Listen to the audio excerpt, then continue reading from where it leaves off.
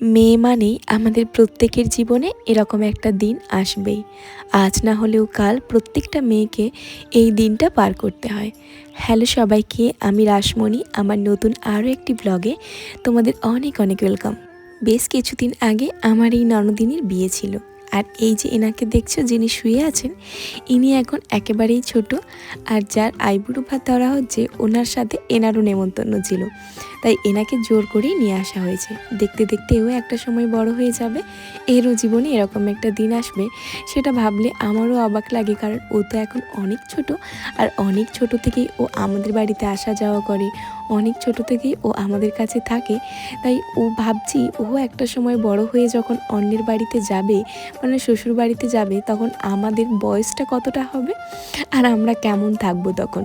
তো যাই হোক, এখানে আমার এই ননদিনীকে আইবুড়ো ভাত দেওয়া হয়েছিল কাকিমার বাড়ি থেকে, মানে কাকা শ্বশুরের বাড়ি থেকে। ও বেচারি লজ্জায় পড়ে গিয়েছে।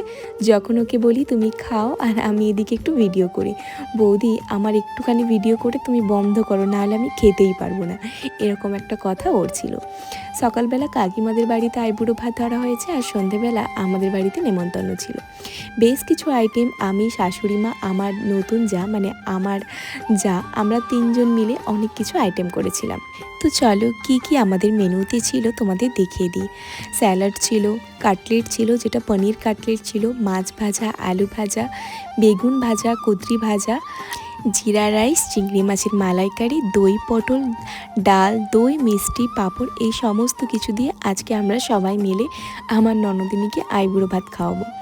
এটা ওর জীবনে মানে বিয়ের আগে লাস্ট খাওয়া।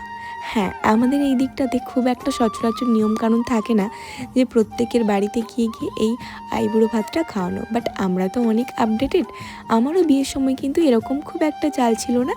তবে এখন এইগুলো দেখার পরে মনে হয়, আরে আমারও যদি এরকম একটা কেউ আইবুড়ো ভাত ধরতো, কত কিছুই না ভালো হতো, আর কত আনন্দ করতাম, কত কিছু খেতাম।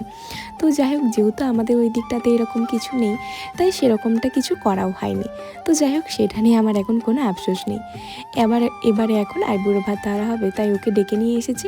সকালবেলা ও আসছিল একটু অন্যরকমভাবে, তাই মানে সন্ধ্যেবেলা যখনও ওরকমভাবে আসে, ওর দাদা ওকে বাড়ি পাঠিয়ে ওকে আবারও বললো তুই যা, একটু ভালো করে সেজে গুজে আয়। তাই ও একটা চুড়িদার পরেই এসেছে। তো এখানে আমরা সবাই হাসাহাসি করে ওকে, ওই মা হচ্ছে কি আইবুড়ো ভাত দিচ্ছে, মা যা যা করার নিয়মকানুন আছে সমস্ত কিছু করা হয়েছে। আর ওর জন্য একটা সুন্দর শাড়ি আমরা চয়েস করে রেখেছিলাম, সেটা ওকে দেওয়া হয়েছে। আর হ্যাঁ, এটা ওর লাস্ট মানে বিয়ের আগে খাওয়া আমাদের বাড়িতে। এবার তো বিয়ের পরে আসলে টুকটাক এটা ওটা চলবে, তবে বিয়ের আগে লাস্ট খাওয়া। ও খুব ভালো করে সংসার করুক, মন দিয়ে সংসার করুক, সবাইকে নিয়ে ভালো থাকুক, আর ও যেন ভালো থাকে সেটাই আমি চাইবো। আমরা তো সবাইকে ভালো রাখতে গিয়ে নিজেরাই ভালো থাকা ভুলে যাই, তাই চাইবো ও খুব ভালো থাকুক।